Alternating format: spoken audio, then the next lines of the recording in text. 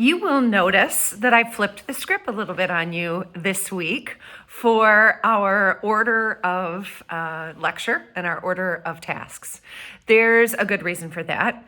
I'm going to get into this with a little bit more detail when you move on from this slide, but this week's topic and resources are information heavy, and there's not a lot of application to it yet.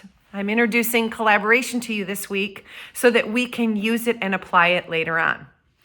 That's why case study number 5 is first, because case study number 5 has its usual due date 2 weeks from now at the end of week 12. And I wanted to make sure you saw this first because the other items for this week do not have a due date, and you can complete those at your leisure and on your own time.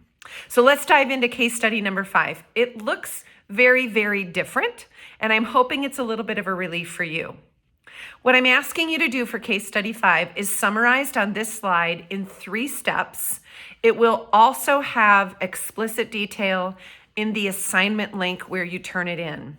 So if there's any confusion, I'm talking about the same things that's on this slide, and it will be repeated in your assignment link. I'm going to be really explicit and repetitive this week because it's different. What I would like you to do is go back and choose any of our previous case studies that you've already completed and turned in.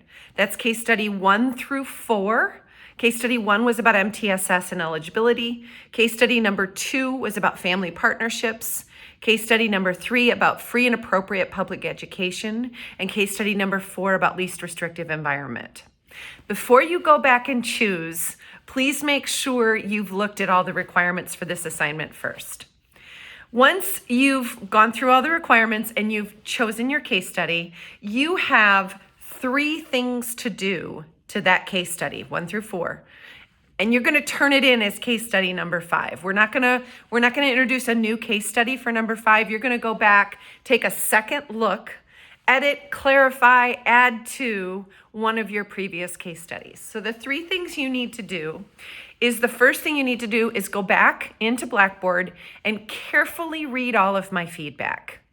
Make any changes that I asked you to make, or that I corrected you on, or that I gave you tips on. Some of you in case study number 1 didn't provide citations, and I didn't take any points, but I reminded you about that. You'll go back and add in those citations. Some of you maybe made a little bit of a misstep on a law or policy, and I didn't take points, or I took half a point, and I reminded you and gave you a new avenue to kind of look at. The first thing you need to do to your chosen case study is go back and make changes based on my feedback. The second thing you need to do is I'd like you to take a look at your citations in your text and add a reference list.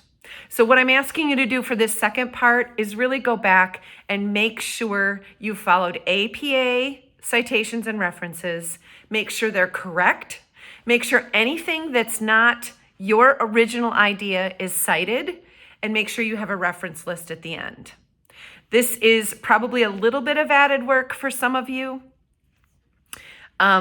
Maybe a lot of added work for if you chose one that you didn't do any citations, but that's the second part to the assignment.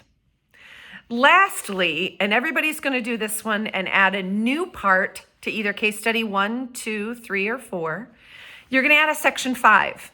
And that section 5, I'm going to ask you to take one of the 4 terms that we've studied through our case studies, MTSS and eligibility, family partnerships, FAPE, or LRE, and apply it to a different case study. So for example, you don't have to do this one, but for example, case study number 2 was all about family partnerships, but there were some least restrictive environment issues in that case. And there were some free and appropriate public education issues in that case. So if you've chosen case study number 2, your section 5 will be about one of those terms, either FAPE or LRE.